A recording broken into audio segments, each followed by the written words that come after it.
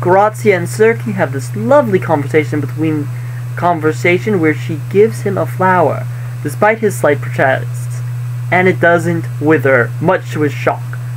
Early we saw him, as Death, touch a flower, and it withers in his hand. The whole scene is like watching Laurence Olivier and Greer Garson in Pride and Prejudice. It is so perfectly wonderful, and it's adorable as well. And just any greeting to Serki is wonderful because of the double meanings that he can give, and it's just wonderful. And this is a wonderful scene where he is at eating breakfast and they're talking about the daily news, people not dying and such. And he delivers all of these quips, responses to what's going on, with a straight face. It is wonderful, and the quips are fun as well. And the Baron's reaction is just great as they do it. And when Death breaks character, it's noticeably unnoticeable, which is very nice. And when the rival girls come in, it's hilarious how they interact with each other, and they greet the Serki and the Baron, and it's so interesting to watch as he reacts to his holiday's results. For example, there's a line where the Baron uses the old man, and Serki reacts shocked, and then he goes, "Ah," and then he sees the humor in it. It's hilarious. And the double meanings in this.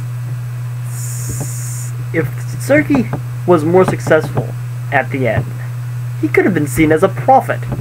And he just is great at flattering. And his reaction to hearing Grazia and the princess are leaving, and then when the Duke explains what's going on, and his reaction to that is very well. And just the Duke's reaction to Serki is wonderful, and is the bland shrug Serki gives, and the statement that the pair will return. These characters are quirky yet interesting, and there is so much humor to be found as we watch Serki enjoying himself, and all of these disasters happening with no deaths, and it's very effective, this juxtaposition. One time, he is at the races, and he witnesses one such one, and he just carries on and gives an echo of the line about, I guess the old man wasn't ready to take him yet. And then he shows he's a great gambler, and the conversations he gives are so great, and then the Baron and him have a conversation about love, and it is such a sweet conversation. And then he has this conversation with Rhoda, who wants him, and he finds it intriguing. He asks her honest questions and questions about love, and she calls it morbid. And Serki is just wonderful in his reaction to her and how he behaves, and then she is so confused. Though I must admit, I'm wondering if in the 30s all young women sounded like Greer Garson, because there are 3 young women in this film. There are at least 2, actually, that sound like Greer Garson. Grazia, as I've mentioned before, and Rhoda, who then gets to kiss Death, and live. And then there's just this amusing ending with the debate. And then there's a slow intro to a ballroom sequence, which is very one. And then the Duke and Serki talk about his future leaving, and then Alda and Eric have this nice conversation, and then Alda starts to describe Serki. Eric is in love with Alda, but Alda is madly attracted to Serki. And then Serki and Alda actually have conversation, and Serki gives some wonderful philosophy when talking to these people, and it's just a wonderful conversation. There's some very funny lines, such as this line from Serki to Alda and her response: "Even though I am not what I seem, you are though."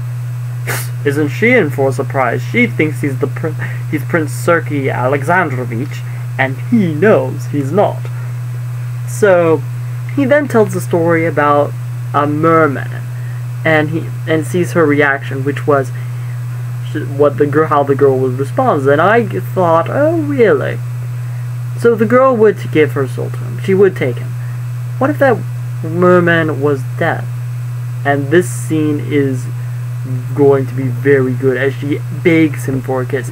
And then he kisses her, and she has become hysterical. And then he gives this great speech, and there's 23 minutes left. No one has realized he's deaf yet. Ooh, it's getting close though, and it's going downhill from here. There's some very disturbing bits, but it's epic. And then Grazia appears at this ball, and he flirts with her, and she creeps me out a little, actually. She's entranced by him, like every female under 35 in the show. And then he dances with her, and it's very nice.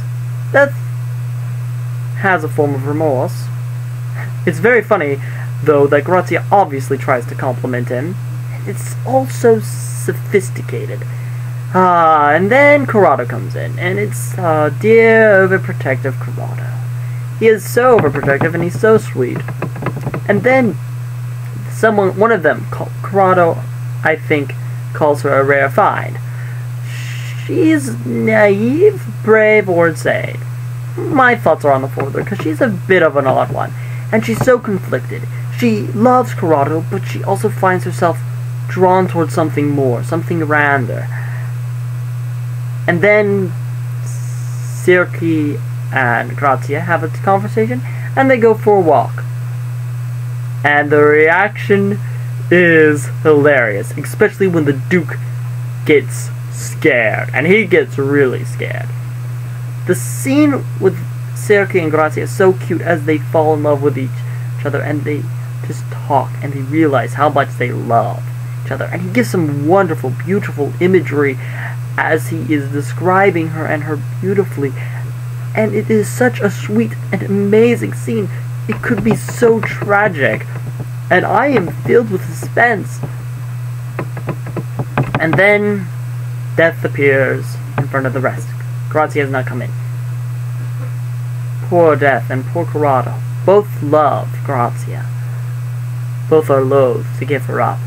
It can't end happily. They're all pleading for Grazia's life. Will Death agree? And there is this wonderful conversation on death and life. Okay, she's come in. She's been brought in. She gets brought in, and she says she wants to go with Circe, Death. And as she talks to him, she sounds crazy, insane, as she describes her adoration and desire for him. Even when he reveals his true identity, her response is, "But I've always seen you like that." The shock is response. It is an amazing film. I've kind of not done a very good overview of the film, this summary of this film, but suffice to say, it's a wonderful film. I highly recommend you see it. It is a beautiful, wonderful scene, and the characters are just greatly done and greatly performed. Frederick March, Evelyn Venable, Guy Standing, just to list a few, performed it well. There was a 1998 retelling of this tale called Meet Joe Black with Brad Pitt and Anthony Hopkins as Death and the Duke Ascent, respectively. And just, I have to say, this is one of the best films. This has been Thespian Bar Reviews.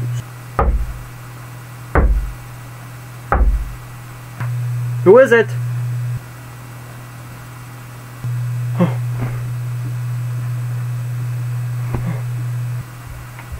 Be not alarmed. I am not here to take you from this world. Yet, Thespian, bard, actor, writer, director, producer, film critic, book critic, play critic. Oh. No. What I have for you is a request that is just up your alley. This Thespian bar is my request. Take it!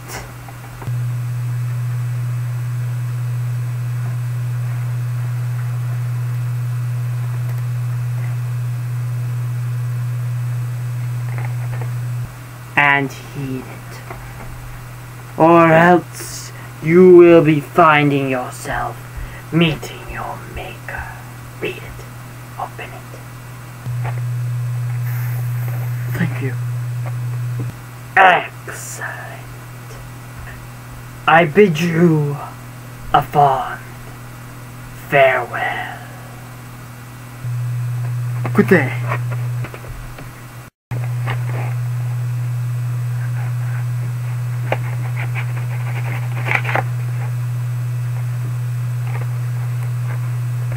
To Thespian Bard. I would be most greatly pleased if for your next review would be Patton, the 1980 film with George C. Scott. I can do that. The film's in here? It is.